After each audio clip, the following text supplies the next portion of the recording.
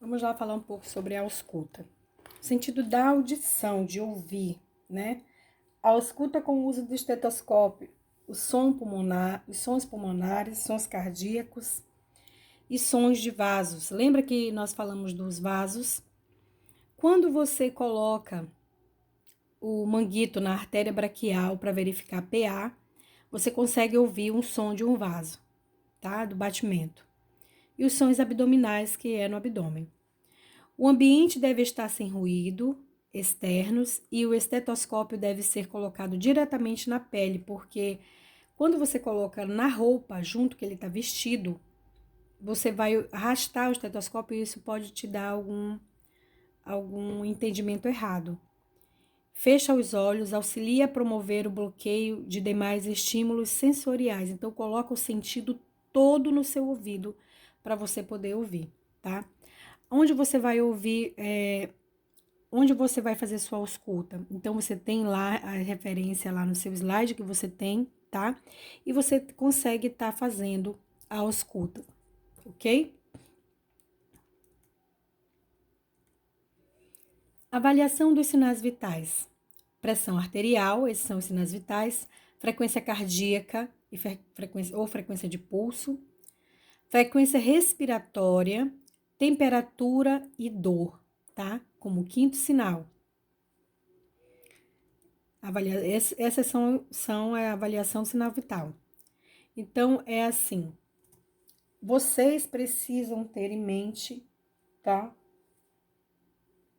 Todos os parâmetros, o que eu tô falando de parâmetro? O valor de cada sinal. Então, você tem que saber em mente o valor da pressão arterial, quando que ela é alterada, quando que ela não é alterada, quando é de criança, tá? Quando que é de adulto, tá bom? Quando que é de idoso, quando que ela está alta ou não. Frequência cardíaca, o pulso, frequência respiratória, temperatura. Então, vocês precisam ter todos esses sinais em mente, o valor, tá? Você precisa ter saber desse valor, para você poder saber avaliar o seu paciente. O aparelho para aferição da pressão arterial. A medida da PA pode ser feita com esfigmomanômetro manual, semiautomático ou automático, que devem ser validados e sua calibração deve ser verificada anualmente, de acordo com as orientações do Instituto Nacional de Metrologia. Então, tá aí os aparelhos, tá? Essa é a braçadeira, tá? Manguito, o relógio, né? E aí a minha pera, para eu estar insuflando o meu manguito. No Brasil, a hipertensão arterial atinge 32,5%, ou seja, 36 milhões de indivíduos adultos. Mais de 60% dos idosos, contribuindo diretamente ou indiretamente para 50% das mortes por doenças cardiovasculares. Os fatores de risco é a idade do nosso cliente, sexo, etnia, né? Contribui muito, sedentarismo, excesso de peso e obesidade. Fatores socioeconômicos, ingestão de sal e ingestão de álcool. E o outro é genético. A pressão arterial é a pressão do sangue no sistema arterial do modo pulsátil, que determina o fluxo sanguíneo pela rede de artérias. A regulação da pressão arterial, a PA, é uma das funções fisiológicas mais complexas do organismo e depende das ações integradas dos sistemas cardiovascular, renal, neural e endócrino. A PA, a pressão arterial, deve ser medida no braço, devendo-se utilizar manguito adequado à sua circunferência, tá? Na suspeita de hipertensão arterial secundária, a coartação, ou seja, o estreitamento da aorta, a medida deverá ser realizada nos membros inferiores. Lembra que você pode estar buscando outras alternativas, né? E aí ele está falando na tabela 2, falando dimensão de bolsa, de borrachas para diferentes circunferências. Então vejam que cada um tem uma circunferência adequada para estar se verificando aí essa PA, tá? Em recém-nascido, é mais ou menos 10 centímetros, né? Em criança, de 15 a 11 centímetros.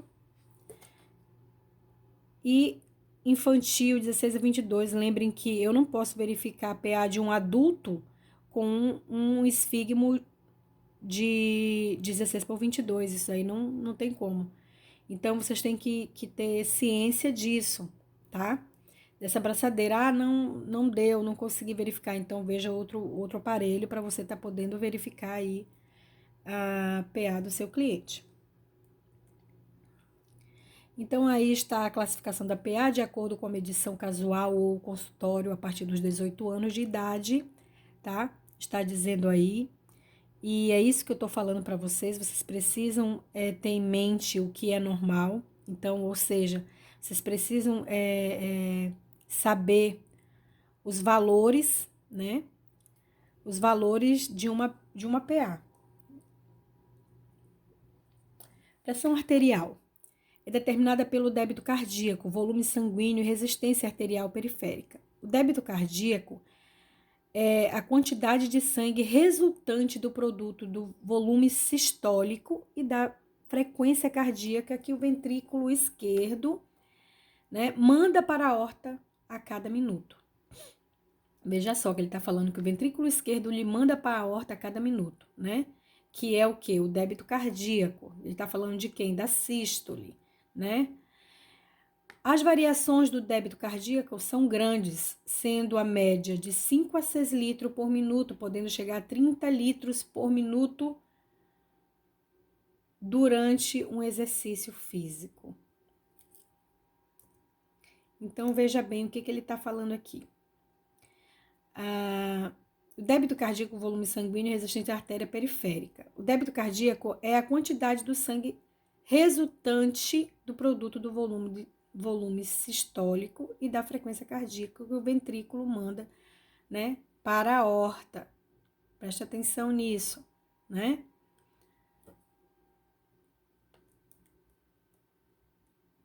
Olha só. Na pressão arterial, a sístole é aquela que, durante a contração do ventrículo esquerdo, ele está falando de novo do ventrículo esquerdo, reflete o aumento progressivo da pressão dentro dessa câmara, até que a válvula aórtica se abra e o sangue escoe para a artéria aórtica até atingir um volume máximo. E a pressão diastólica é aquela resultante da diástole ventricular, quando a pressão dentro da aorta cai progressivamente até atingir um valor mínimo. Então, vamos ver aqui nesse exemplo. Ele disse que o ventrículo esquerdo, olha aqui, ó, manda o sangue, né? Ele manda o sangue para todo o corpo. Então, essa é a pressão sistólica, né?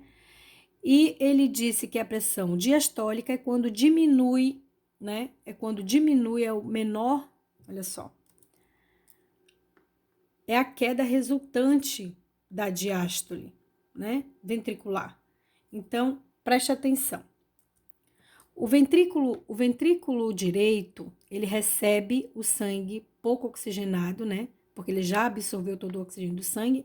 Então, ele recebe o sangue que está voltando do corpo e manda para o ato direito manda para os pulmões, onde é oxigenado, ou seja, tem aí a troca gasosa, né, a hematose, libera o gás carbônico para a atmosfera e manda oxigênio, retira da atmosfera o oxigênio e manda para o pulmão, assim, havendo aí essa oxigenação desse sangue. O sangue, uma vez oxigenado, ele retorna para o coração através do ato direito. O ato direito manda para o ventrículo esquerdo manda para o corpo. Quando ele dá o tum, no ventrículo esquerdo dá o tum, essa é a sístole, tá? Então, você vai ouvir os batimentos mais fortes, depois ele vai cair. Quando ele cai, é porque ele já está retornando, né? Ou seja, diástole. Né? Então, sempre o primeiro batimento mais forte que você consegue ouvir é a sístole e o retorno é a diástole, tá? Ou seja, a queda, né? A queda dessa pressão sanguínea dentro dos vasos, ok? Então, lembre que ele manda o ventrículo esquerdo, ele manda para a aorta uma pulsação muito grande, né? Então, tum, ele manda, ventrículo esquerdo mandando para o corpo. Isso é sístole. Quando ele já está retornando, né? Retornando, é a diástole. Por quê? Porque ele já tem mais força. Veja que daqui ele sai de cima para baixo, depois ele sai de baixo para cima. Então, o retorno venoso já está mais lento, né? A pulsação já está mais lenta, ok?